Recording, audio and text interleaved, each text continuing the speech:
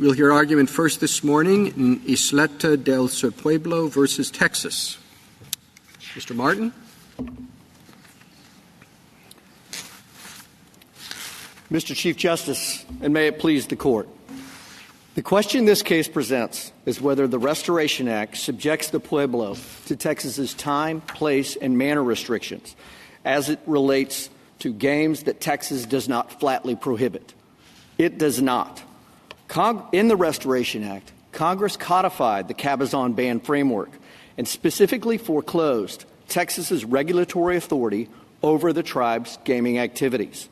The plain language of the Act provides us with clear support for this interpretation. On the heels of this Court's decision in Cabazon, Congress changed the language of the Restoration Act to replicate the prohibitory regulatory dichotomy struck in Cabazon. Section 107A incorporates the Cabazon framework. It federalizes Texas law, but only as to prohibited games. And bingo in the state of Texas is not a prohibited game. Section 107B clearly forecloses any interpretation of Section 107 in its entirety where Texas would have regulatory jurisdiction over tribal gaming. And Section 107B must have meaning in the Act. The problem with the state of Texas's interpretation and the Fifth Circuit's interpretation in Ysleta 1 is that it reads 107B out of the Act entirely. This interpretation is also consistent with Congress's extension of the Cabazon framework to IGRA. The two statutes are not in conflict, and you don't have to choose one over the other. And even if that were the case, and we don't think it is, the plain language of the Restoration Act allows my client to engage in non-prohibited gaming activities. In Sections 107A and 107B, Congress was sending the clear signal that it was incorporating the prohibitory regulatory construct from Cabazon into a test applicable to these tribes. The final text of the Restoration Act reflects the bargain that Congress struck. Each side got something, but not everything. Texas was allowed to prevent prohibited games from being played by these tribes. Meanwhile, the tribe was allowed to retain its sovereignty and its freedom from regulation as it related to gaming activities. And with that, I'd be pleased to answer any questions from the Court. Yes, counsel. In the Cabazon was a grant of jurisdiction, right? Yes, Your Honor.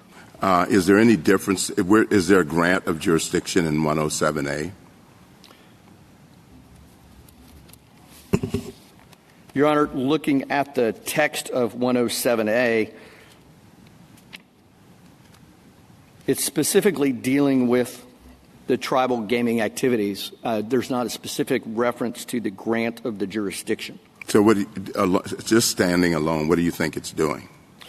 Your Honor, I think it's showing that Congress was extending the Cabazon framework to this fact pattern where Congress was federalizing state law as to prohibited gaming activities. It's taking the Public Law 280 structure that was explicated in Cabazon and extending it to this fact pattern. So exactly how is it doing that? Well, Your Honor, in the text itself, the first sentence, all gaming activities which are prohibited by the laws of the state of Texas are hereby prohibited on the reservation and on the lands of the tribes. It seems almost as though it's adopting it as federal law. It's adopting Texas's prohibitory laws as to prohibited gaming activities. It's one of the things that's interesting, Your Honor, is that compared to previous versions of this act, one of the final changes in Section 108 was changing it from gaming and gambling in those broader terms to the concept of gaming activities and specifying prohibited gaming activities.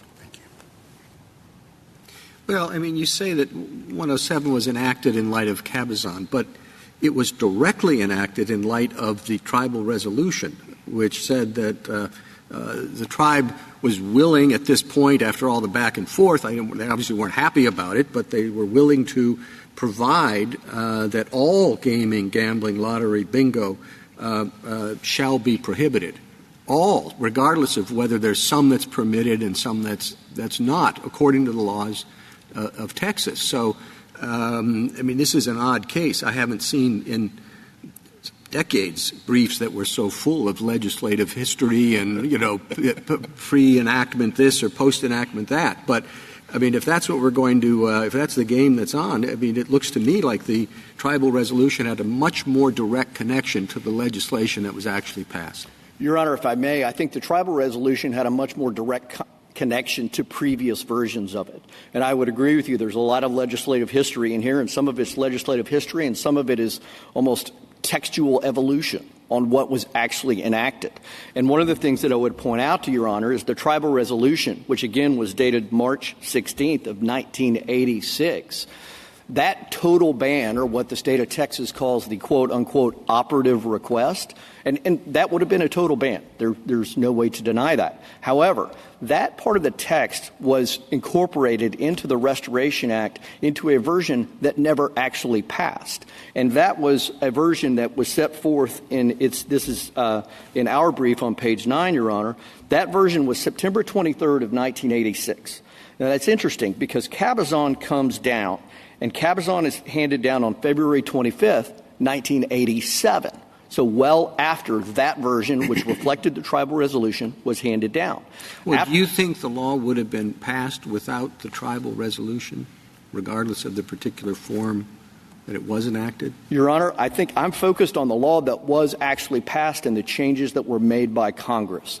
I don't know that I want to speculate on what would have happened or would not have happened. All I know is we have the text that we have. And the point that I was going to make was the final version of it is the one that no one here thinks that the final version in 107A is a total ban.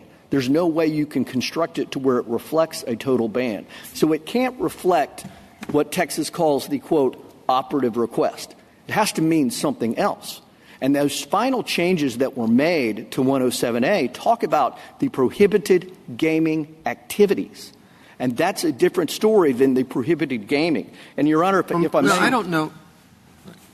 I was just going to say, I don't know who you're including in everybody here, but it says prohibited. And just to say, I mean, if you had under Texas law, you can have bingo games sort of up to $100 at stake, okay? And then what's happening is the tribe is having bingo games up to $1,000. Now, if you told somebody that they have games up to $1,000, it'd be perfectly natural for that person to say, well, that's prohibited because there's a $100 cap. Your Honor, and you would tell me that, no, you would say they would be able to, have the bingo games up to $1,000. Your Honor, those are the exact type of restrictions that this court analyzed in Cabazon and determined to be regulatory. And we believe that that's the exact same application. Well, suppose that's right, Mr. Martin, but I think what the Chief Justice is suggesting is that it's not the normal use of the term prohibited. What you're really relying on is the idea that Cabazon turns this language into a kind of term of art, and that Congress was aware of that, and that when Congress used the word prohibited, it was incorporating this distinction that had been made in Cabazon. And let's say that your argument really does depend on that. It's not the normal use of the word prohibited. It's a Cabazon use of the word prohibited. So then the question is, what's your best evidence that this court, that Congress, when it passed this statute, really did have Cabazon in mind, rather than was using the normal use of the word prohibited? Your Honor, first of all, I think that under Williams versus Taylor, we certainly can assume that Congress was taking language from one of this court's opinions and incorporating it, especially in the exact same context of Indian gaming, and that they knew what it meant. The second aspect on how I would answer your question, Your Honor, is that under 107A, we set up the prohibited structure, and then in 107B, we set up the restriction on Texas's regulation. And I think that clearly evidences. I don't really see 107B as doing that. I mean, if I look at 107B, it seems to me like much more of kind of the mirror image or flip side of 107C. It says, the federal courts have jurisdiction in 107C, and in 107B it says the state courts don't have jurisdiction. Why shouldn't – so on that reading, 107B doesn't really help you, does it? I think 107B helps us greatly, Your Honor, and I think that's the issue that we had with the Fifth Circuit's opinion. Regulatory jurisdiction within 107B is hearkening back to the the broader term of the state's inability to tax, regulate, license. It's the Bryan versus Itasca County test. They don't have that regulatory authority. Whereas in 107C, in the title alone, it says jurisdiction over enforcement. I don't think that you can combine, and this is where I respectfully disagree with my friends from the state of Texas. I don't think you can combine 107B to say that's enforcement. I think that's confusing jurisdiction with Could we go back to the first way you answered the question? Because your first sentence was something like, we presume that Congress knows about the law. And, sometimes we do, and then again, sometimes we don't. Do you have a view of when we should make that presumption and why this case fits within that sphere? My view, Your Honor, would be that if Congress is using the exact same language, such as the use of the word prohibit, you can then dictate that whether you call it a term of art or using the same term in the exact same context. Counsel, prohibit, though, how many times does prohibit appear in the code? And one of the briefs counted how many times. I mean, it's not a term of art in that sense, right? But it is a term of art, Your Honor, when it's 6 months after Cabazon and you're talking about Indian gaming. That would be the distinction I would make. I believe that the site that they gave you, and that was the state of Texas's brief, it talked about it appearing 8,800 times. Well, what would they have – if you were in Congress and you were aware of Cabazon and you wanted to use prohibited in the normal sense of the word, and you said, well, I'm afraid that if I use this word prohibited, people are going to think it has the Cabazon meaning. How would you have written this? Well, Your Honor, I would answer it by saying I think that we're talking just about prohibited and the use of the word prohibited. But we also need to see what it modifies, which is prohibited gaming activities, because that was another change. Well, maybe what synonym would you have used? All gaming activities which are what? Well, I better say forbidden. I shouldn't say prohibited. Is that the argument?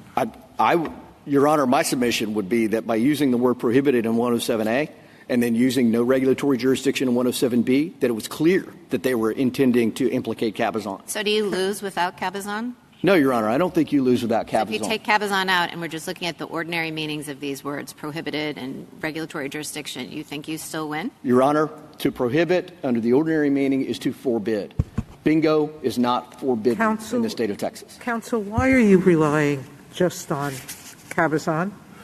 Bryan, in 1976, used the dichotomy of prohibited versus regulatory, correct? And yes, said in the Indian context, regulatory doesn't mean prohibited. Absolutely. Correct? Yes, Your Honor. So Honor. you're not talking about 6 months before, you're talking about 10 years before. Yes, Your Honor. And secondly, why are you not pointing to the examples of legislation passed on the same day as the Restoration Act? The Wanapog passed the very same day, and it used regulations, those laws and regulations which prohibit or regulate. The Seminole, also passed in 1987, also talked about prohibiting and regulating. Correct? Yes, Your Honor. When Congress wants to use the words regulations in this context, it certainly knows how to. Mr. Martin, it was the Aquina. It showed you it did. Yes, Your Honor. Counsel, can I just ask, if you were to prevail, would Indian gaming be completely free-for-all, or would there still be would the Pueblo still be subject to IGRA? We believe that the proper reading of the Restoration Act is that the Pueblo would still be subject to IGRA. It's one of the other issues we have with So what's the upshot of circuit. that? As I understand it, bingo may be allowed, for example, but blackjack wouldn't. Is that about right? Class 3 gaming would still be forbidden? In a general sense, yes, Your Honor. Class 3 would still be subject to either a negotiation of a compact with the state, or they would only be allowed to engage in Class 2 gaming under IGRA supervised by the NIGC. Okay. And then one more quick question for you. I understand that there's an ex parte Young possibility of jurisdiction here against the governor of the tribe. But is the tribe itself waiving sovereign immunity? Is it before us? I don't believe that issue is before you, Your Honor, and I'm hesitant to waive sovereign immunity when that issue hasn't been briefed. Well, I'm not asking to waive sovereign immunity at the podium. That would be a bit much. So it's safe to say we're here proceeding just against the governor. Is that right? I believe that's right, Your Honor. Thank you. Appreciate it. Can I go to that question, follow up on it? There seems to be a dispute whether this type of bingo by machine is the same as the bingo we know, people in a room calling out numbers. You dispute that. You say it's the same. But assuming that there's, and I do, that there's a genuine dispute on that issue, that still would be subject to federal jurisdiction. A court would then decide below whether this type of slot machine is actually bingo, correct? Well, Your Honor, first, we would obviously dispute that it's a slot machine. But if Texas continued, if this court remands it back down to the trial court for a finding, Texas continued its action under 107C for an injunction, the federal trial court would determine whether or not it was a prohibited gaming activity under Section 107A. And I'm trying to be very careful and precise with my words here. Whether or not that's bingo, whether or not that's not bingo, I think that there's a number of factors that would factor into the consideration by the trial court, but that would be under the federal court's jurisdiction. Mr. Martin, can I take you back to Justice Gorsuch's question about IGRA? If you prevail, the tribe is regulated under IGRA. I take it 107C would still separate out Texas from other states. Is that correct? To a certain extent, yes, Your Honor. The third sentence of 107C, it has a very interesting construction. It's not – you can't read it as an affirmative grant of an injunctive relief. It says nothing herein shall preclude the state of Texas bringing an injunction, almost suggesting that if there was a pre-existing right from the state of Texas to have that injunction, that they would still have it.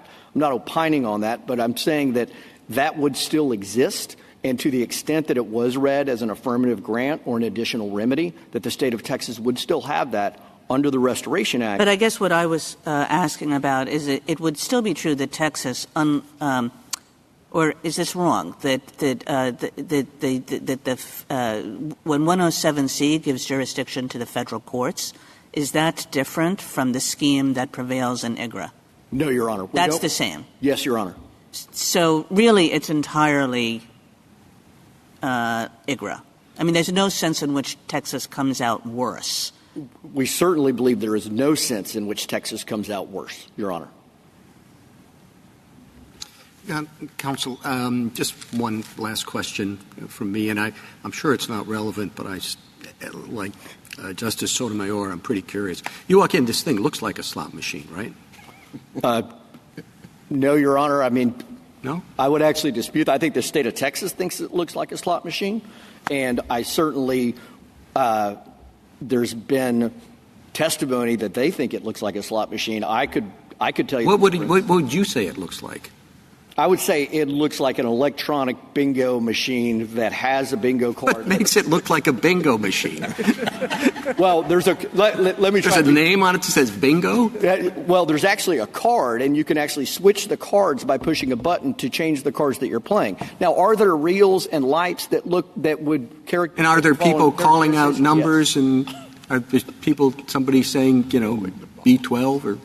There in fact is part of our operations, Your Honor, of my tribe's operations, is live called bingo, and it's also one of the things that the state of Texas. But that's something different than the slot machine bingo, right?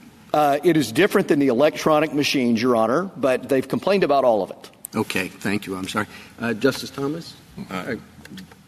Just one clarification. Who can operate under Texas's law, who can conduct a bingo game legally? The Texas Bingo Enabling Act, as you were referencing, it's specific charitable organizations, Your Honor, that are set forth in that regulatory scheme. So why is this not prohibited if it's not a charitable organization? Because if the games under not just the Restoration Act, but also under IGRA and under the cases that come out of IGRA, if it's allowed to anyone for any purpose, then it's not a prohibited gaming activity. And that's specifically under IGRA, Your Honor. Thank you. Justice Breyer? I'm curious about the bingo machines. But if suppose that IGRA applied, and suppose that Texas had a law which said you can play bingo up to the one the Chief gave, up to $1,000 but not for more than 1,000. That's a crime. Well, IGRA says, seems like the same problem. It says you have to have I guess, gaming activity on Indian lands is okay if you have a compact or under 3, I guess, or something. If the gaming activity is conducted within a state which does not, as a matter of criminal law and public policy, prohibit the gaming activity. All right, so isn't it the same problem? I mean, it says, because they do prohibit it over $1,000, but they don't prohibit it under $1,000. But that you want to call regulation. But IGRA doesn't seem to use the word regulation. Well, Your Honor, it's not the same problem. And it's not. Because IGRA actually incorporates that cabazon prohibited regulatory distinction. And that distinction is actually critical to the hypothetical. Right, I understand that. So I didn't understand that IGRA incorporated it, but I guess it doesn't incorporate it in the language I just read you. So where does it incorporate it? Your Honor, IGRA would be incorporated, cabazon would be incorporated into IGRA under 27015 and 2710B1A. 2710B1A, okay. And 27015, Your Honor. Yeah, well, that's what I read you, 27015. Right. And then it didn't say regulatory. Right. Well, it said prohibited. I think if you read those statutes, our submission would be that that's where IGRA specifically incorporates the cabazon prohibited framework. Okay. Justice Alito? Well, I'm puzzled by both your argument and by cabazon, and in particular by how a court is going to decide whether these machines, which I don't have a very clear picture of in my mind, are bingo or not bingo. If they are not bingo, they're something else. Let's say they're dingo. And Texas prohibits dingo, then you can't have them, right?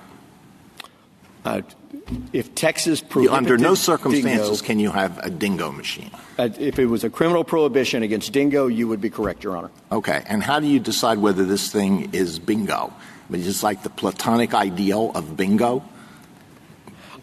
Your Honor, I think that you don't have to decide this court. No, we don't have to, but somebody does. But how ideal. is the person who has to decide this going to decide whether this thing that's not exactly, it's not the kind of bingo, that you expect people to be playing in church or at the Elks. It's something different. How do you decide whether that's bingo? Understood, Your Honor. I think let's take the hypothetical that this gets remanded down through to the trial court to make that factual determination. I think that court would take into account a number of things. It would take into account the definition of bingo that Texas has under the Texas Bingo Enabling Act, which actually helps us. It would take into account what IGRA considers to be bingo under 2701 and 2710. It would take into account the expert testimony, much like it did in the contempt hearing below. And I would point out to Your Honor, and this is what there are experts who they are experts on the identification of you put something before these experts and they can say that's bingo. No, that's not bingo. There are people who can be qualified as experts on that. The answer to that question is yes, Your Honor. There are. Did you ask my grandmother? She was. My own mother has asked me questions about those very issues, Your Honor. But there are experts, in fact, that talk about whether or not something has a random number generator or not, whether or not the math makes it bingo, whether or not the evidence of the pattern makes it bingo. All of those things are taken into account. All of those same things, Your Honor, are taken into account by the NIGC. The Kickapoo tribe, which is the only other out of the 3 federally recognized tribes in the state of Texas, one of them gets to engage under the NIGC, under IGRA, and then the 2 that are controlled by the Restoration Act don't, because Ysleta 1 misread the statute and read 107B out of it and talked about it being a surrogate federal law, and that all of Texas's laws and regulations are surrogate federal law. We would submit, Your Honor, you can't read the Restoration Act that way. It's not the proper way to read it. Can I ask you one final question? Because the cabazon ban is more subtle than my mind is able to grasp. Do you think that the sale of opioids without a prescription is prohibited, or is it merely regulated? Your Honor, when I would reference cabazon ban for Restoration Act, I don't have an opinion on your question. I don't want to be very honest with you about that because I want to be responsive. But when you're talking about the Indian gaming context, that is where cabazon lies. That's where this gauntlet is thrown. And that's what Congress was responding to in 1986 when it drafted the Restoration Act. Justice Sotomayor? Justice Kagan?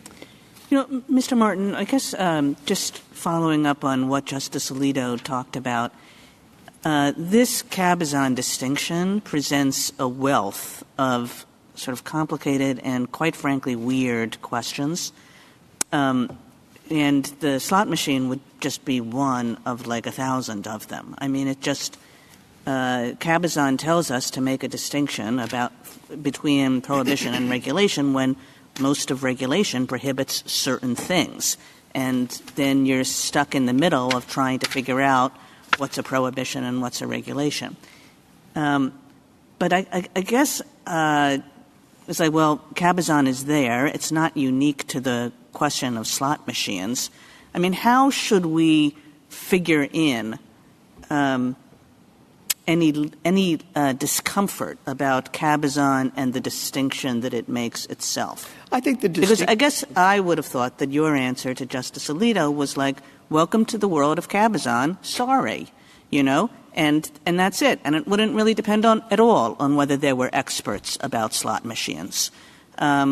So that's sort of random thoughts. But, I mean, this is just the world of Cabazon, and how do we take that into account? Well, if I may, Your Honor, I think the distinction here and the difference between the opioid... Wasn't that funny? The opioid questions or the other questions that you could ask along those same lines, which are fair questions, but the difference is the sovereignty aspect of it. You're talking about sovereign tribes and Congress being the only one that has the plenary power to decide certain aspects of it. If you remember in Cabazon, it talked about the fact that Congress made the decision to have the tribes do this in terms of their self-sufficiency. So I think the sovereignty aspect of it shouldn't be and can't be overlooked because that's where 107B comes in. That's where the resolution is answered, right? The tribe was willing to give up a certain amount of gaming activities in order to not have Texas state law applied directly and not be subject to its regulation. Congress ultimately decided not to accept their offer and to give them less restrictions than they could have in response to Cabazon. So I think all of those fits as a piece, and it is also why you could talk about the opioid hypothetical. You could talk about other hypotheticals along those same lines. But this concept of the sovereignty and the tribe's ability to engage in gaming activities, I do think is a different story. It's not just, here's Cabazon, live with it, right? As you put it, Your Honor, and much more succinctly than I have in a month of prepping for this. It's not just that. It's more, there are questions of the sovereignty aspects of it and the regulatory aspects of it, the Public Law 280 aspects of it, that I think Congress was answering when it wrote the Restoration Act in response to Cabazon. Justice Gorsuch? Justice Kavanaugh? Yes, ma'am. Thank you, counsel. Oh, sorry, I did have a question. Oh, I'm sorry. No, that's okay.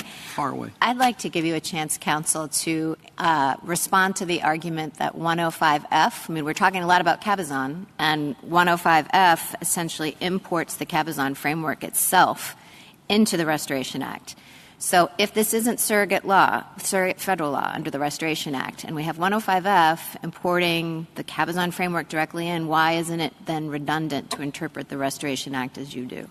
The 105F certainly incorporates the Public Law 280 construct, and there's, I don't think, any way to dispute that, nor would we want to. 107A, and what it does differently, Your Honor, than what 105F does, is it federalizes Texas law as to prohibited games. I think where the Fifth Circuit went wrong in talking about surrogate federal law was it extended it out to laws and regulations of the state of Texas over all gaming activities. That's not what 107 says. So I think that's one of the differences between 105F and 107. The second difference that I would point out to Your Honor is 107C, which sets up a different enforcement mechanism than what would have existed had just 105F been imported and 107 didn't exist. You agree that the Restoration Act establishes Texas law as surrogate federal law. You're saying that it only does that, however, with respect to prohibitions. I'm actually saying it does that with respect to prohibited gaming activities. Right. That's things what that are the text prohibited, says. not those that are regulated. Yes, Your Honor. So the only difference between Cabazon under Section 280 or Public Law 280 and the Restoration Act is simply this enforcement mechanism? It's the enforcement mechanism, and then it is stating what laws are what state laws are federalized for the Restoration Act. Okay. Thank you, counsel.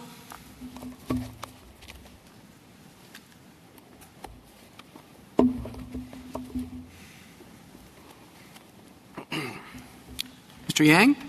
Mr. Chief Justice, and may it please the Court. Just 6 months after this Court drew the distinction in Cabazon under Public Law 280 between gaming activity that is prohibited versus gaming activity that is regulated by state law, Congress enacted Section 107, mirroring that language to draw the same distinction in the exact same Indian gaming context. Section 107A forbids a tribe from engaging in gaming activities that are prohibited under Texas law. And Section 107B further provides that Section 107A does not grant the state civil or criminal regulatory jurisdiction. Texas has conceded in this Court that Section 107B restates the limits of Public Law 280. Those limits draw directly from Cabazon, they limit state regulatory jurisdiction, and they make clear that Section 107 adopts the Cabazon framework. The Fifth Circuit's contrary view erroneously relies on legislative history and texts that Congress once excluded but then removed from the legislation. This Court should correct that error. Mr. Yang, what's the difference between prohibited and regulated? Something that is prohibited outright, and the focus again. Okay, so a statute or a rule or regulation says all patrons under the age of 21 are prohibited. Right. Is that a regulation or is that a prohibition? That could be a prohibition, but here, not in this context. The statute focuses on gaming activities that are prohibited.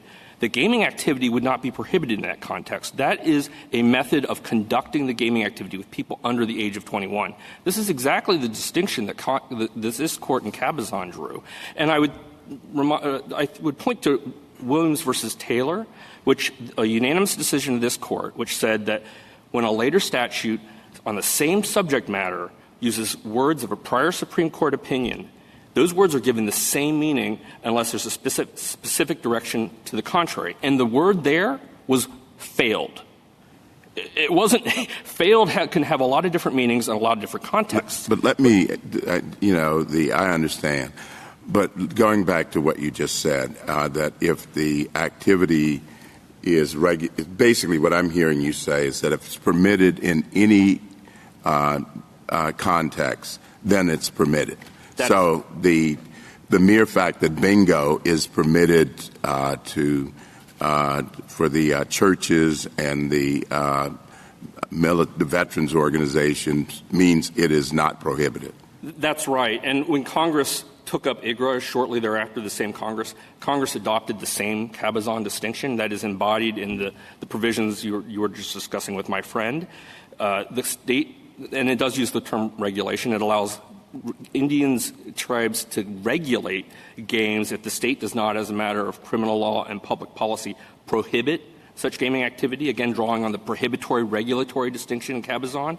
And then it operationalizes it in 2710B and D if the state permits such gaming by any person for any purpose. That's the whole standard, that it governs the entire United States with respect to activities on tribal lands, except these two tribes under the Fifth Circuit's reading. Mr. Yang, I think your office is going to be very busy over the next 10 years explaining why the word prohibited in 18 U.S.C. whatever still covers, activities,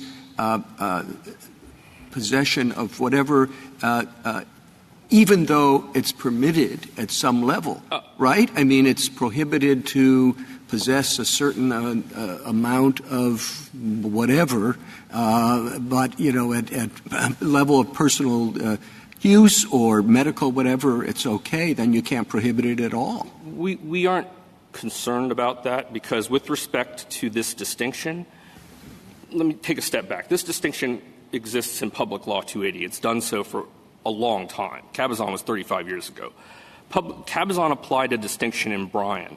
Bryan understood that there's an important principle at stake here. You need to preserve tribal sovereignty and tribal government, and that if you allow state regulatory power on tribal lands, you would destroy tribal sovereignty. That principle in Bryan was extended in Cabazon specifically to the gaming context, where the court drew this prohibitory regulatory distinction. We don't think there's a problem with respect to all of 18 U.S.C. because when you're interpreting a statute like this, particularly a statute enacted directly on the heels of a Supreme Court decision on the same subject matter using the same language, what you look to is not some general understanding of the word prohibit. You look to the way that this court has used the term Mr. prohibit. Yang, just to follow up on the Chief Justice's point, I take your argument that this is a unique context, and we have to read the language in that context. But Texas argues even in this context, the difference between prohibition and regulation is just unworkable. It's almost an argument, perhaps, for overruling Cabazon. I'd like your thoughts about whether this distinction remains workable in this context. Forget about the others. We think it works in this context because it is working under IGRA. This is exactly what goes on under IGRA. If the court were to agree with our submission and that of the tribe, then the NIGC would get to determine whether this is a bingo activity and, in addition, whether it is Class 2 bingo or potentially Class 3 bingo, which would require a compact with the state. And what would be the negative consequences, in the government's view, if any, if we were to elide this distinction, ignore it, overrule Cabazon? Wow. If the court – first of all, I don't think that's before the court. This has been a fundamental distinction that's existed in the law of tribal sovereignty and tribal lands for decades upon decades. Again, it goes back before Cabazon. So that's the Public Law 280 context. And then, you know, I'm not sure what the court would do if it was just limited to this specific context, because Congress has already spoken in IGRA. IGRA exactly parallels this distinction. It's beyond the stage of rethinking now Cabazon. Cabazon is embedded in the law in all kinds of areas. Are there problems under IGRA or Public Law 280 in drawing the lines that we've been pressing between prohibit and regulate? You know, there may be some close cases, but in the mine run of cases, we've not seen a huge wellspring of problems. Again, this has existed since Bryan and since Cabazon 35 years ago. And again, IGRA has existed for a long time. There are, but if we is it because they correctly, I just want to. Please go ahead. I just wanted to follow up real quick.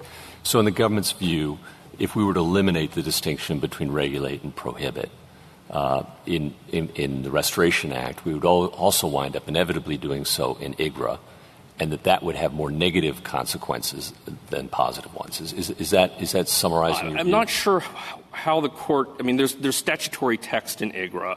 I'm not sure what the court's decision would mean for IGRA.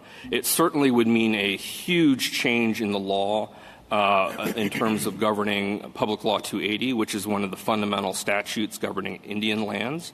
So I would caution the court not to be overly ambitious here. This case does not involve a question of rethinking Cabazon. The ultimate question presented is whether Congress, in enacting the Restoration Act, was adopting the Cabazon framework or instead was applying all of Texas law governing gaming. Thank you. I'm sorry, Justice Breyer. Is the reason that this is not a problem that when it comes up, it's normally a question of where or when or under what circumstances can you play this game? But it's not normally a question of how do you play. Because if it were how do you play, you would have trouble saying, is it bingo or is it, craps or something. I mean, but it's the first three, which are usually fairly easy to decide. Am I right or wrong? No, actually, I think there is the question of whether things do constitute bingo. And it arises not infrequently in the context of IGRA. This is not in the QP in terms of is this bingo, and we've not briefed it. And so I can give you a thumbnail sketch, but it would be difficult, I think, to give you the whole lay of the land here. I'd love to hear what the difference between bingo and dingo is, so please. Well, I've not heard of dingo, but I can tell you that bingo has 3 primary characteristics. These are actually codified in IGRA. Congress has recognized that these are the 3 primary characteristics. 1, you have a card bearing numbers or designators. 2, you cover those numbers when they are drawn or somehow identified. And you win by covering an arrangement of numbers. This is in 27037AI. This is a kind of an understanding of what bingo is, and you would ask, is this bingo? Or is it a method of conducting bingo when you use a computer? Even Texas, by the way, allows card minding devices, which are these devices where you can, instead of tracking 5 cards, you can track up to 66 cards under state law at one time. The problem that the district court found was not that this wasn't bingo. It was that Texas law requires that you not put the money in the device or get paid out by the device. That was the problem under Texas law. There's a legitimate question whether this would be a Class 2 or Class 3 bingo under IGRA, but, that's not presented here. Mr. Yang, can I ask to follow up on Justice Gorsuch's and Justice Barrett's questions?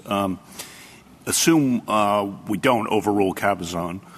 But if we were to rule for the state of Texas in this case on this statute, would there be any follow-on implications for other statutes, or is it possible to rule for the state of Texas narrowly in this case without such follow-on implications in your view? I think it would depend on how the court wrote the opinion. This is a Texas-specific statute, so it might be possible.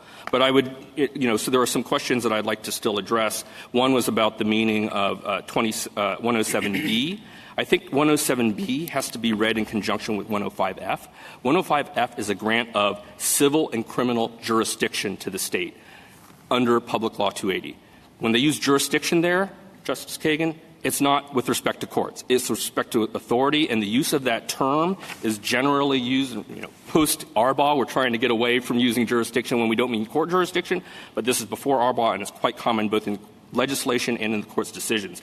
Then if you look at 107B, it uses that same phrase, civil and criminal jurisdiction, but inserts regulatory. And that was the exact distinction that Cabazon drew. Remember, Cabazon was already writing on top of Bryan, which said there's no civil regulatory jurisdiction, and it said just because you add a criminal sanction doesn't convert it to a criminal law that you can enforce under Public Law 280. So 107B directly draws on that same Cabazon distinction, and it says nothing in Section 107 shall be interpreted to grant that authority, which means 107A, when it says gaming activities prohibited by state law, does not grant regulatory authority. And that is the second half of the Cabazon framework.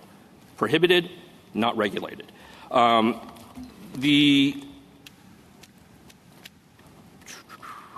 think also, IGRA is worth considering here because Congress enacted IGRA, same Congress, and as the court, Justice Scalia explained in Branch versus Smith, when you have a similar statute on the same body of law, you can look at that to clarify the meaning of another statute, because it's within the same body of law. You read it in pari materia. And I don't think there's really any dispute that by using the same regulated and prohibit language and the provisions that we've talked about, which are at page 9 of our brief, that Congress in IGRA was adopting Cabazon, Congress is doing the same thing here. And there's no reason to distinctly disadvantage these tribes where Congress uses the same language and establishes but Mr. Yang, doesn't that answer Justice Kavanaugh's question?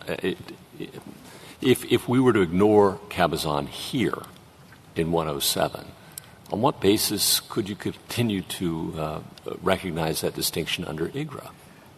Wouldn't that be pretty hard? It's a different statute. That's the best you got? I think it would be difficult to draw that distinction. It really would. These are same context in this, same Indian gaming context written by the same Congress in the same general legal world post-Cabazon. I think it's hard.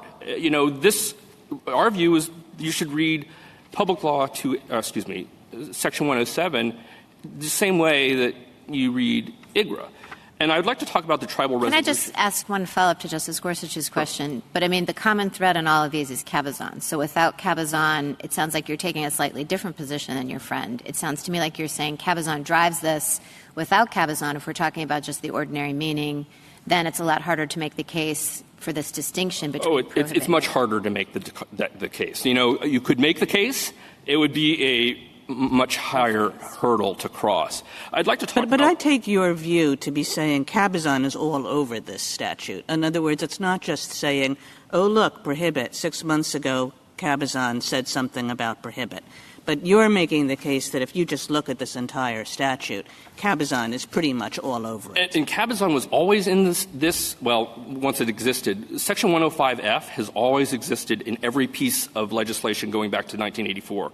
105F existed. Congress knew when it was adopting 105F, which would then incorporate the Public Law 280 framework, that comes with Cabazon.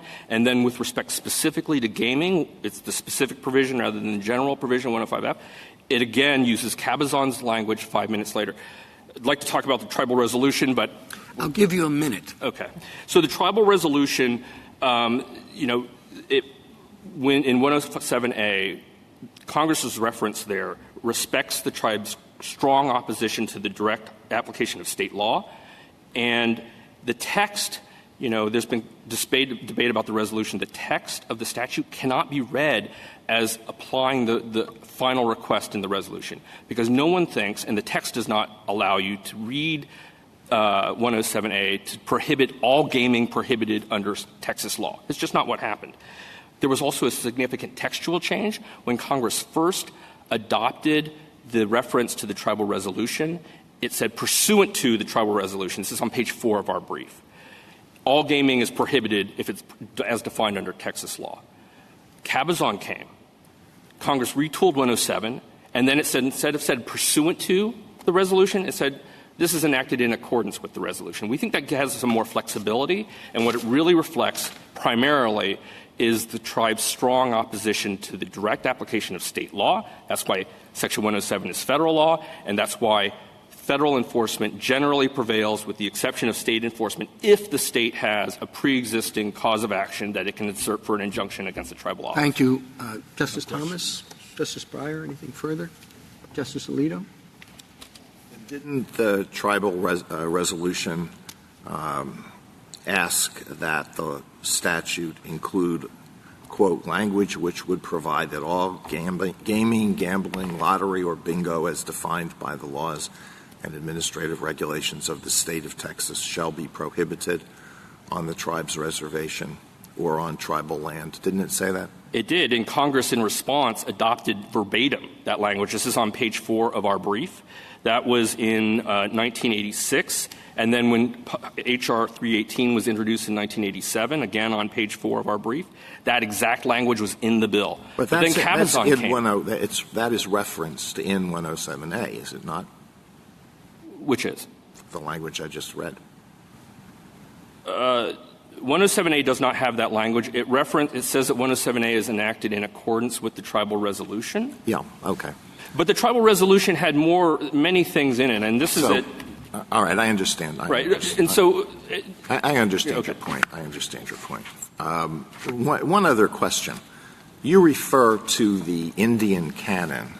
Those who favor the interpretation of statutes to mean what the words of the statute are generally understood to mean have some question about some of these substantive canons. Now, some of them, like the rule of lenity, have a long history.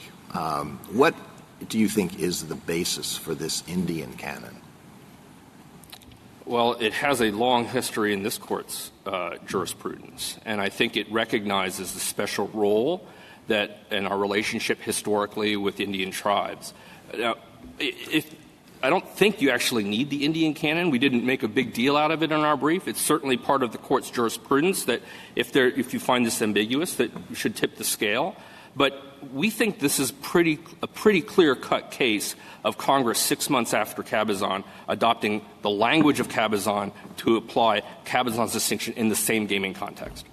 That doesn't really answer my question. What is the origin of this? Is it your argument that throughout history Congress has always framed statutes in a way that are favorable to Indian tribes? My research for this case, unfortunately, has not gone that far back. I don't have the original. No one has challenged the Indian canon's existence here, and we've not gone back to form an argument for it, Your Honor. Justice Sotomayor? Counsel, the 1986 tribal resolution, in my mind, seems to serve a variety of different functions. The first, I think, is that you need Indian approval to have any state law apply on a reservation, correct? Yeah, I think that's part. Generally true. Yes, but significantly, the tribe didn't want the state to impose its laws directly on the tribe. Exactly. That was a very significant issue. So that's where 107C is in accordance with the resolution, because they didn't want the state to be able to regulate or have its laws apply directly. I agree with that, but I also think 107A is because 107A applies as federal law a limited set of state laws that prohibit. And what that does is significant. It makes a federal criminal offense to conduct in prohibited gaming activities. If we read this the way the state wants, presume that they are running a bingo game exactly the way the churches do, okay? Is it your view that then the federal court would be open to seeing whether or not they have all the signs that are required by the state, whether they have? Yeah, that's exactly how things have played out since Ysleta 1. And as the district court is, we cite these cases in our brief, this has not been a good way of providing a regulatory framework through injunctive actions in federal courts where federal court has to talk about, how many cards can you play and what hours can you play and that's not what Congress would have intended, we think. Congress would have intended to put a pretty high bar of prohibition, and then when it enacted IGRA, it goes straight to the NIGC. And the NIGC, the expert agency, gets to decide these questions. I guess Texas would say, we only permit not-for-profits to play. This is not for profit, so they shouldn't be playing at all. Isn't that their argument? That's, I think, part of their argument, and I would say that Cabazon directly addressed that. Cabazon was a provision in California law that only allowed charities to operate bingos and that set a limit of $250. And the court said, you know what, that is regulating bingo. It is not prohibiting bingo. Thank you, counsel. Justice Kagan? I'm about to take you outside the scope of this case, so I apologize beforehand. But Justice Alito raised what to me is an interesting question that I've been thinking about a good deal, about what these substantive canons of interpretation are and when they exist and when they don't exist. They're all over the place, of course. It's not just the Indian canon. Next week we're going to be thinking about this supposed major questions canon. There are other canons. I mean, if you go through Justice Scalia's book, you'll find a wealth of canons of this kind, these sort of substantive canons. Some of them help the government. Some of them hurt the government. Is there any way that the government has of coming in and saying, like, how do we reconcile our views of all these different kinds of canons? Maybe we should just toss them all out. I mean, I think kind of we should. Honestly, like, what are we doing here? But do you have a view of, like, when these canons are the kind that you're going to talk about in your briefs and when these canons are not the kind that you're going to talk about in your briefs? Well, I think our briefs generally grapple first with the text, right, as we've done here. And canons, I think, can play an important role in certain contexts. I think, for instance, Brian recognized that in the Indian tribal sovereignty context, there is a very important principle that kind of underlays the body of the law there. You do not want to read statutes to grant state regulatory authority on tribal lands without kind of a clear expression of that. And I think that those types of principles reflect a background body of law that one brings when reading statutes. So it's true. I think I've seen the court's decisions that, sometimes you get canons that conflict, right? They run in contrary directions. These are aids in interpretation, but we always start with the text. Justice Gorsuch? The government doesn't waive sovereign immunity lightly. That's one of our canons, right? That's exactly right. And isn't the Indian canon very similar in its function? in saying that we don't lightly assume that Congress has allowed state authorities to regulate an independent sovereign? I think it's similar. There are different underlying principles behind them, but I think there is a similar spirit to that thought. Justice Kavanaugh? Just to follow up on Justice Kagan's question, because I think that's important, and Justice Alito's as well. On the Indian canon, I just want to isolate what kind of canon it is, because it seems like our substantive canons fall into two buckets. One bucket are ambiguity-dependent canons. If a statute's ambiguous, do this. Another bucket of canons are plain statement canons for mens rea, extraterritoriality, right, and the like. The former category, the ambiguity-dependent, like our deference, rule of lenity. And I want to confirm that you think the Indian canon is an ambiguity-dependent canon as it's been traditionally applied. I think that's generally true, but there's something else going on here, too, which is the principle that Brian recognized, that in the specific context when you're talking about the application of state regulatory authority on Indian lands, you need to be more cautious. Now, admittedly, this is a federal statute that applies federal law, but I think some of the caution that Brian reflects, I think, should guide the court. So that's suggests you need more of a clear statement, and those clear statement rules usually reflect some constitutional or quasi-constitutional value, due process, extraterritorial the structure of the country. What would that reflect here, that principle you just described? Well, I think it reflects that Indian tribes are sovereign nations, that they have before the founding of this country. And, the court's opinion in Bay Mills tracks some of this.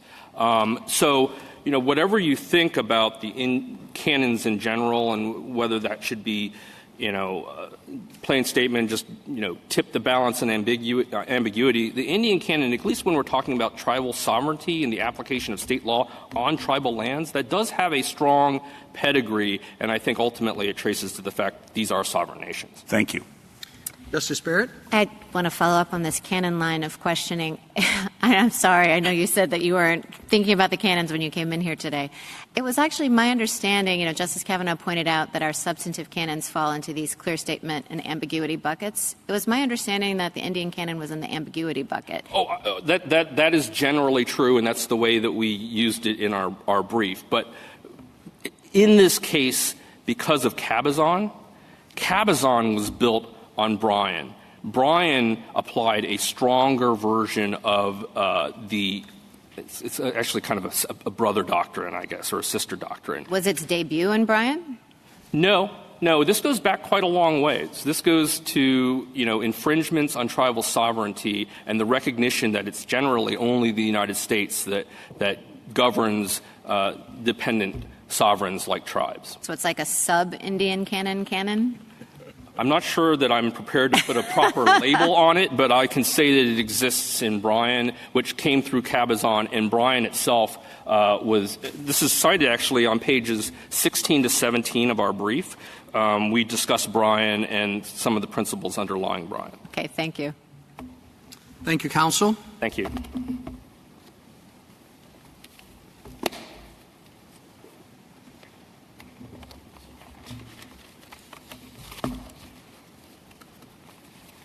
Ms. Pettit? Thank you, Mr. Chief Justice, and may it please the Court. In the 1980s, everybody in this case wanted something. The tribe wanted federal recognition and was willing to cede some of its sovereignty. Texas wanted to avoid high-stakes gambling, which it saw as an invitation to organized crime, and was willing to cede some of its jurisdiction.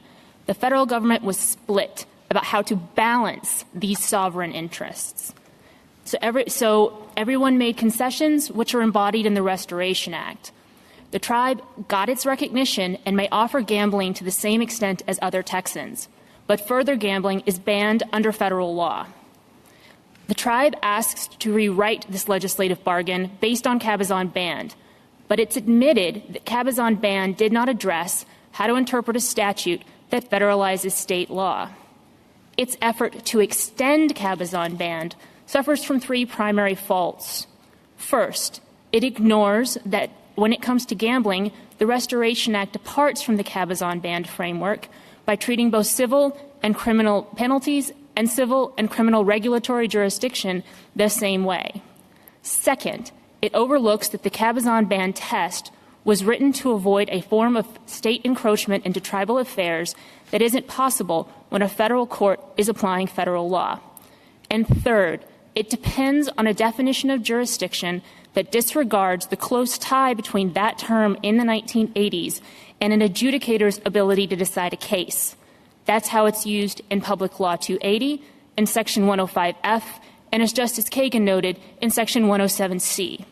Applying that same definition to 107B, regulatory jurisdiction encompasses a state administrative agency's ability to exercise oversight through, among other things, reporting requirements, inspections, and ultimately enforcement actions, not the state's larger ability to set substantive limits on gambling. I welcome this Court's questions. Counsel, could you give me an example of a regulatory law or rule that apply a gaming regulation of gaming laws that applies to tribes that do not fall under 107A? That would be covered, would not count as a prohibition under 107A. To the extent, so 107, the prohibition as it's generally understood means it's unlawful.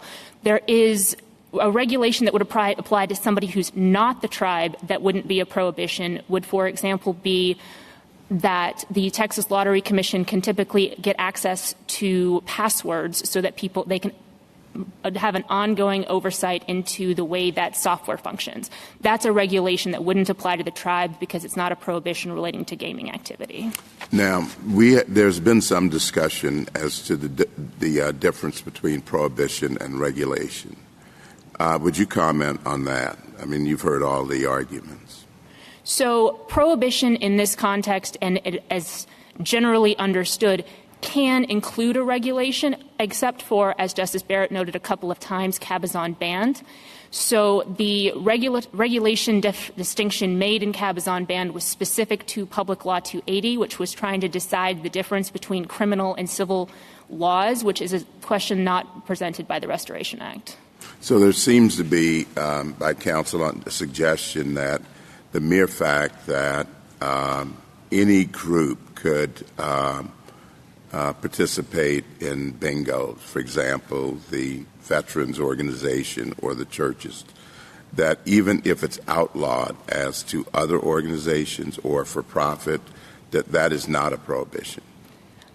Under their view, that's my understanding. But it's still a prohibition under Texas law because it goes to a fundamental problem with the public policy shorthand for the criminal-civil jurisdiction distinction that Cabazon ban was trying to make, because as Justice Alito pointed out, a prohibition is still a matter of public policy, even if it includes exceptions when the activity is not prohibited. I'm sorry, counsel. Could you explain that more clearly to me? Just earlier you said to Justice Thomas that a regulation that wouldn't apply to the Indians would be one that required their passwords to play the game, correct? Yes, Your Honor. And I assume that's because you recognize that the prohibition is on playing bingo, not on how you play bingo, correct? On the gaming activity, yes, All Your right. Honor. So how is that different than what you just said? Meaning a financial requirement, a password requirement. I don't know how you can read that into gaming activities which are prohibited by, because bingo is not prohibited by. What does it matter whether it's a not-for-profit or not? So the bingo outside of the limited affirmative jurisdiction, the offense to prosecution is what the Bingo Enabling Act is. So any bingo that is not conducted pursuant to the Bingo Enabling Act is prohibited as a matter of Texas criminal law. You can't play bingo unless you give the password. No, Your Honor. You can't play bingo unless you meet certain financial requirements. You can't play bingo because you're not a not-for-profit. No, Your Honor. I don't know where I draw those lines. So the password example that I gave was a regulation applicable into the bingo, in the larger bingo regulatory framework of Texas law that does not apply to the tribe because it doesn't go to the gaming activity. The gaming activity could, to take the Chief Justice's example, be a distinction between low stakes bingo under $100 or in the distinction in Texas of over $750. The state's regulatory interest or the state's prohibitory interest, however you want to frame it, is different between low stakes and high stakes gambling. So the use of the term law is another focus under 107A, and both the tribe and the United States focused on a earlier version of the bill that ultimately became the statute that included the terms laws and regulations. But under this court's precedent, the term laws typically includes regulations. So you can't really interpret anything by the deletion of redundant language in a draft bill. Counsel, what about the other laws that were passed contemporaneously with this one for other tribes that used broader language, like prohibit or regulate? Why shouldn't we look at the contrast between this more precise or narrower language and those? By looking at the context of each of the statutes. Each of the statutes they cite is a settlement act that is enabling a pre-existing agreement between the parties to litigation. So though the language that Your Honor is citing is maybe the language that the parties determined was necessary, but it doesn't give much of an indication, if any, about what Congress would have determined was necessary if it was on its own. And this also goes to the larger context of the Restoration Act, because the term prohibit and the term regulate were in the Restoration Act before Cabazon banned. After Cabazon banned, in the Senate, there were two distinct changes to both 107A and 107B that show a departure from Cabazon banned, which expressly linked the concept of civil and regulatory and criminal and prohibitory. That is, the insertion of civil and criminal penalties in respect to prohibitions in 107A and the insertion of and criminal into a pre-existing statute that said civil regulatory jurisdiction. So if I take it the difference is you think the words prohibited by the laws refers to all the prohibitions by the criminal laws. And they think it refers to there's a distinction between regulatory and prohibiting it outright. Okay. Yeah. And the key here is, are they referring to Cabeza as they think, or are they thinking back to the resolution where they said we don't even want Texas? That's the big difference. And everybody's looking at different other statutes which may or may not cast some light. Okay. I think I know the answer, but look, I'm in an odd position. I'm like the light brigade. I have cannons to the left of me and cannons to the right of me, and I'm going into the valley of death, charge the 400. But, there used to be ways of finding these things out. You went and you read the report of the Senate committee or the House committee or the conference committee, and you read the testimony before the committees, and you read what the Justice Department told them or the Department of the Interior. And you read what other people said on the floor, perhaps. And sometimes, but not always, that, in fact, shed some light on the proper answer. So my question is, if pursuing my odd single path, perhaps, I did that here, would I find anything? You would find the Senate report, which is the only report that deals with the final version of the statute. And the Senate report said that the addition of civil and criminal penalties, what I just mentioned, was designed to build upon what the House was making, what the House had originally amended to say just prohibit, to make clear that civil penalties were also applicable, which we respectfully suggest supports our cause. Well, I pressed your friend, Mr. Martin, a little bit on the tribal resolution, which I think is very strong evidence for you. On the other hand, his answer that wasn't addressed in the final bill, that was a predecessor bill, also seemed pretty good. Do you have an answer to that? Your Honor, the resolution may have been passed in response to a prior bill, but it is incorporated into the text, or it's at least referenced in the text of the actual bill that was passed and became law. So that has to be given some meaning, and the fact that it was aimed at a different bill is not dispositive one way or the other. Ms. Pettit, if this just said prohibit, and we were in a world where we didn't have any context on the page or otherwise, I think you would win. The question is, do we have so much context about prohibit being used in a specialized way that you lose? And I guess I would just point you to a few things and ask you to address them one by one.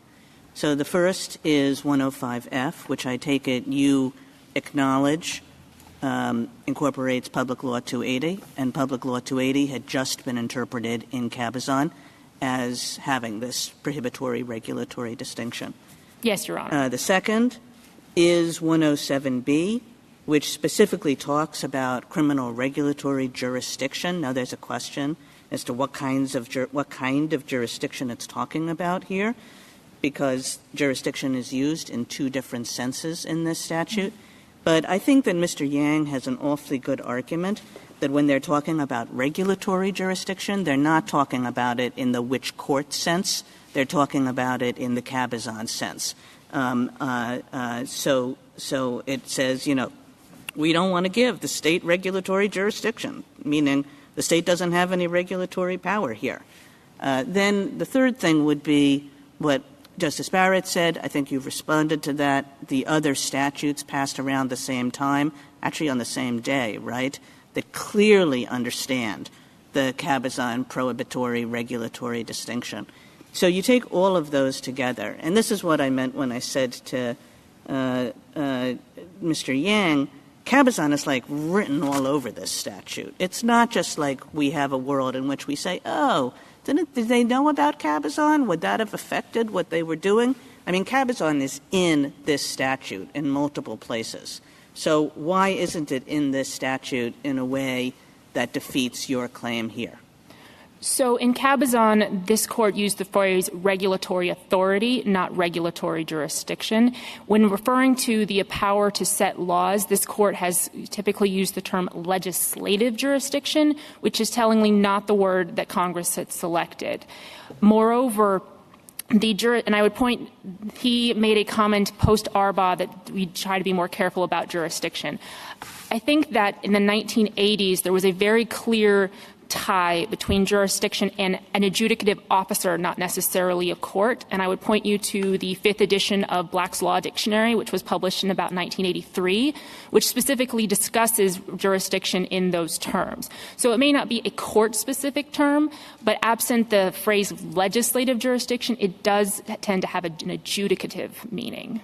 So that is where, and it's used consistently in 105F, which Your Honor referenced, and that's in that sense, and it is used in 107C in that sense, and so it would make sense to use 107B in that sense to avoid the charge of the light brigade with various canons. So in reading it in the larger context of how that term was used in the 80s, as opposed to, for example, in the mid-2000s after this court's case of City of Arlington against FCC, where you equated authority and jurisdiction, helps to clarify any ambiguities. So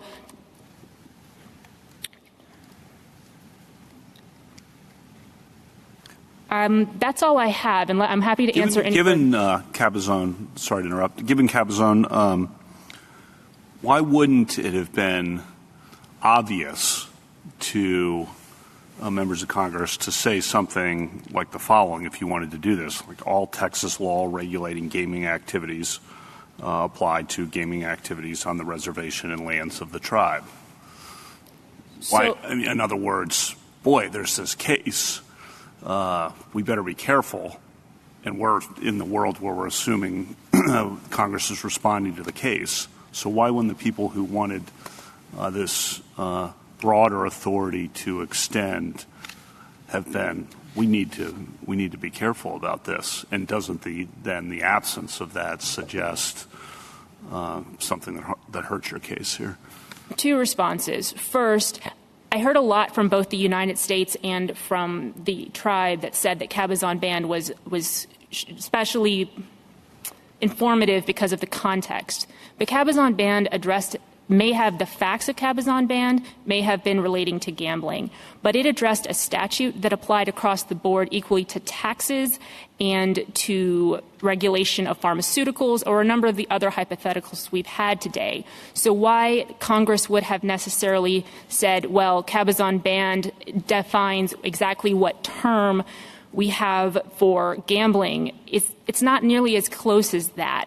And I believe Justice Alito asked a few minutes ago how you determine whether you are going to apply a canon about assuming Congress, or it might have been Justice Kagan, I apologize, about when you assume Congress was understanding the particular context.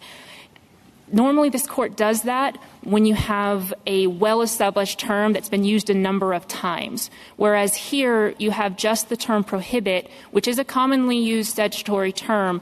It's been interpreted once in a case that respectfully is not the most precise case this court has ever issued.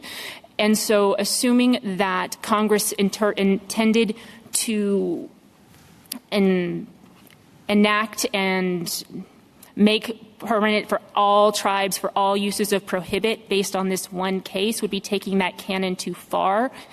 And the best way I think I can point this to is differences between the language of IGRA, which, for example, does track Cabazon ban in that it says prohibits as a matter of criminal law or public policy in 27015.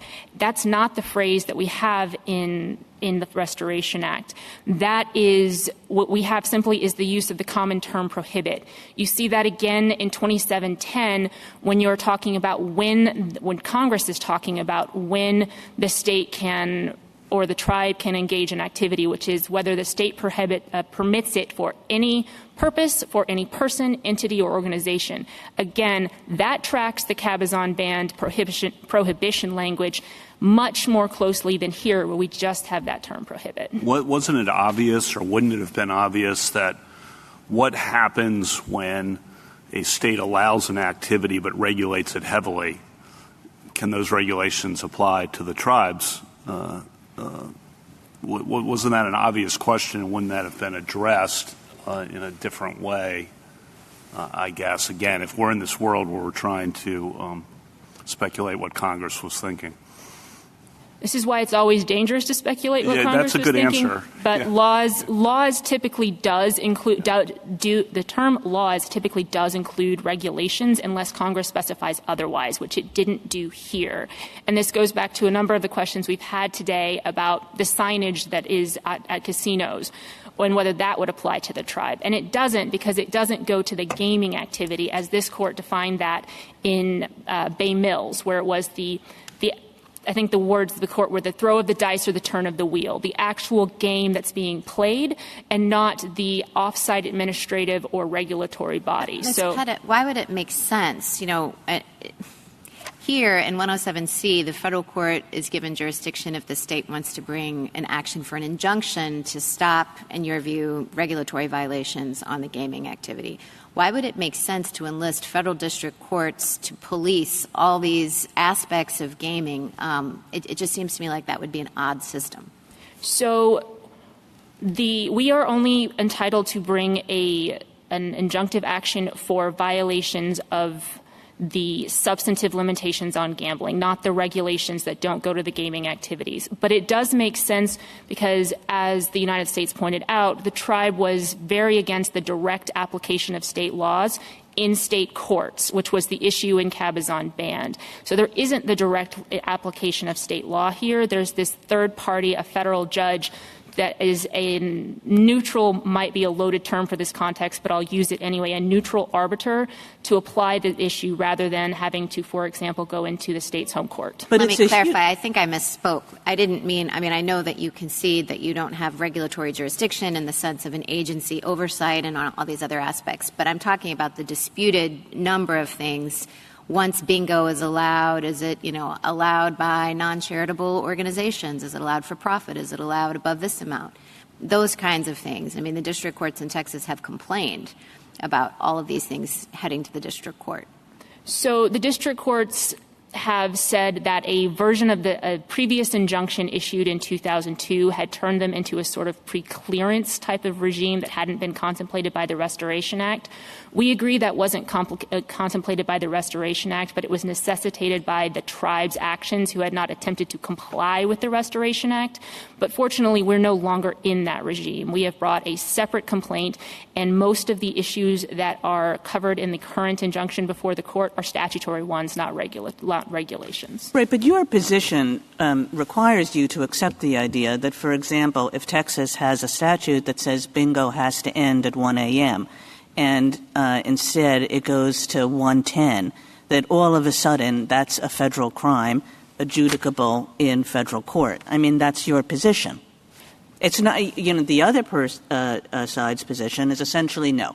The federal courts are there when Texas has a statute that says no table games, and all of a sudden a casino opens up with craps.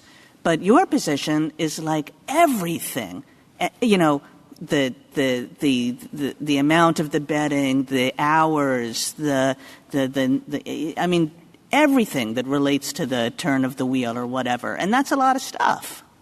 But it does create a bright line rule, Your Honor, which gets the federal court out of the second question that would be necessitated by applying Cabazon Band, namely whether one particular restriction or another is a matter of fundamental state public policy. And there are law and order concerns that sometimes drive issues like closing down gambling halls at midnight or limiting the amount of money that is at stake, because there is a different regulatory and a different public policy and a different just risk involved in some forms of gaming.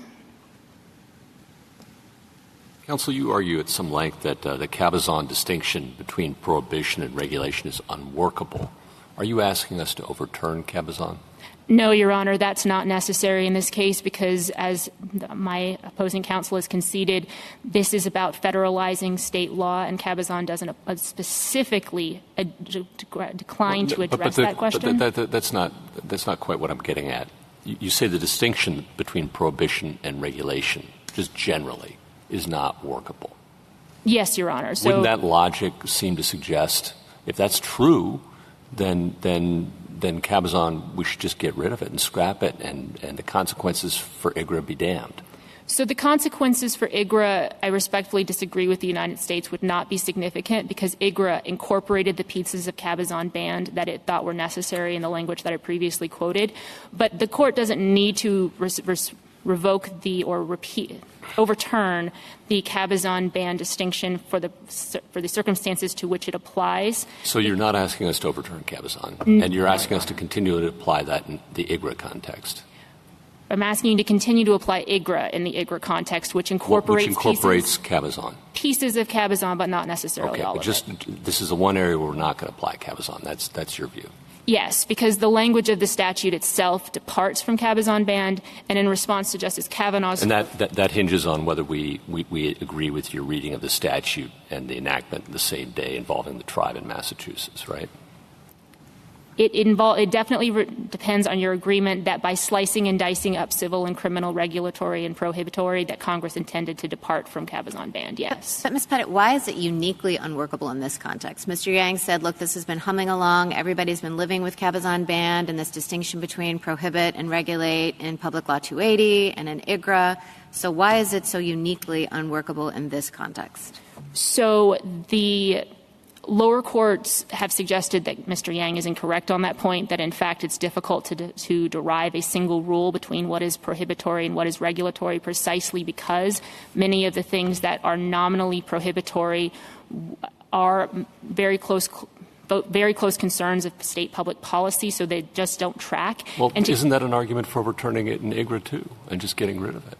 So IGRA incorporated a specific part of Cabazon Band that allows the tribe in 2710 to engage in Class 2 gaming, which permits them to, if the state permits it under any person, any purpose, any organization. So that is a different term than prohibitory or regulatory in trying to define. I understand that, but if you're saying it doesn't work well under IGRA, you're disputing Mr. Yang on that. So but you're saying this is somehow unique, and I guess I'm struggling, like my colleague, to understand how it's uniquely problematic here, but less problematic, I guess, under IGRA. Maybe I misspoke earlier. IGRA, the Public Law 280 prohibitory regulatory distinction itself is problematic outside of IGRA because it doesn't have that any purpose, any person, any language. That creates a bright line rule. Whereas this court recognized in Cabazon Band itself that the distinction based on what is or is not a matter of fundamental state public policy does not create a bright line rule. All right, so just back to Justice Barrett's question. Does it work well under IGRA or not? Texas doesn't have that much experience under IGRA, so I'm not able to answer that question. It has some experience. It has the Kickapoo tribe that's operating under Class 2 gaming pursuant to IGRA. So right now, what you have is one tribe under IGRA, another tribe completely out of IGRA, and even worse, you're saying it wasn't even intended to be run like the regulatory prohibition line that Cabazon approved, correct? Correct. So you want a system that's unique to everything, to Cabazon, to Bryan, to every other tribe, and you want to create a totally different system now. Congress created a bespoke legislative solution here. That's assuming we accept your argument. Yes, that Your was Honor. Congress's intent. Yes, Your Honor. My response earlier was that we do not regulate the Kickapoos, so we do not have much insight into what they're doing inside their casino. So it's very difficult for me to say whether it's been a problem. Well, anybody can walk in and play. Yes, Your Honor, but so that you would could see what they're doing, what it's violating, if you chose. I suspect the tribe would object if we were to send a peace officer in without permission. Who said to a peace inspect. officer? Anybody can walk in. You could send a peace officer, but A state employee could go in without authority and examine it in their personal capacity, but that's not typically how laws are enforced. Thank you, Counsel. Justice Thomas, Justice Breyer, any further? Justice Alito? Suppose you scrapped your laws about bingo and you enacted a statute that says that under specified circumstances, a type of gambling called Texas traditional board game is allowed, and you defined that involving a board and et cetera, et cetera. But this is not bingo. This is the traditional Texas board game. Then would bingo be prohibited or would it be regulated? If we scrapped the Texas Bingo Enabling Act, it would fall within the constitutional prohibitions on lottery and it would be prohibited. It's still prohibited outside the Bingo Enabling Act, but it would be flatly prohibited under state law. So this all turns on the fact that you've used the term bingo and that in there's the form of bingo up there, and so the expert is going to decide whether this is bingo or not? No, Your Honor. This depends on the word bingo is not the relevant question here, and it may be useful to answer your question to distinguish this from the facts in California's instance in Cabazon Band, where they generally permitted gambling except that which we prohibited. Texas has the exact opposite presumption. We have a strong public policy, and all gambling is banned under the Constitution unless specifically authorized. The Bingo Enabling Act specifically authorizes small stakes bingo under very limited circumstances as a defense to prosecution. But if we were to scrap that Bingo Enabling Act, it would the conduct of the tribe in this instance would fall within the state's constitutional ban on lotteries. Justice Sotomayor, any further? Justice Gorsuch? Justice Barrett? Just have one question. If you lost and we vacated and remanded, and so then the district court has to face the question of whether these electronic bingo games count as bingo, you just revert to the Texas definition, and I gather it's Texas' position that these electronic machines would not count as bingo? Yes, Your Honor, because they are slot machines. They do not have the competitive aspect of bingo because what I believe somebody referred to their grandmother earlier, that is you are matching numbers and the first person to reach a particular pattern. wins. And here you have one card, and it is an instant game that is drawn against a historic bingo draw, and that's just not bingo. And you'd make that argument based on Texas law?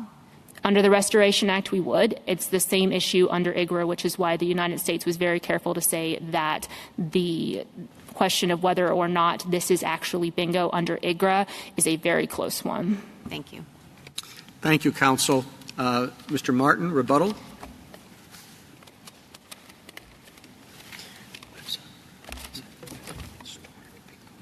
Mr. Chief Justice, it may please the court, 4 quick points. First of all, in response to a question from the bench, I think that the justices, you certainly understand the distinction and the difficulty that the state of Texas has with making the distinction as to where the regulatory line starts and where the regulatory line stops. If they wanted the passwords, they had to get the passwords. When is that not regulation, and when is it? If they can, in fact, regulate. And the problem is that their position requires them to take the position that the entirety of the regulatory construct of Texas law, and this is the same thing the Fifth Circuit said in Ysleta 1, is that the entirety of the regulatory construct applies to the tribes. That's not what 107B says. And in response to some of the jurisdictional questions, Section 105F grants civil and criminal jurisdiction to grant the Public Law 280 authority. Jurisdiction there means the substantive authority. It's not limited to court jurisdiction. Section 107B's use of the jurisdiction is the same. Section 107C is different, and it specifically says jurisdiction over enforcement. And there is one other aspect of what the state of Texas has argued just now in this case that I think deserves to be said. There's been a lot of discussion about whether or not cabazon applies. Are we stuck in the cabazon context, et cetera? 2 things I would point out. Justice Breyer, I would point out that Representative Udall, who was the chairman of the applicable subcommittee, stated on the House floor, this is intended to incorporate cabazon. That's important. The Senate report that was cited by the state of Texas references the old language that Congress excised, and that should be taken into account. Finally, Your Honor, I would point out, I can't remember exactly how the state of Texas just put it, but they were talking about Section 107, and they said that it applies to everything, not just gaming. Section 107 is entitled Indian gaming. It is intended to govern that exact situation in response to cabazon. And if there's no further questions. Thank you, counsel. The case is submitted.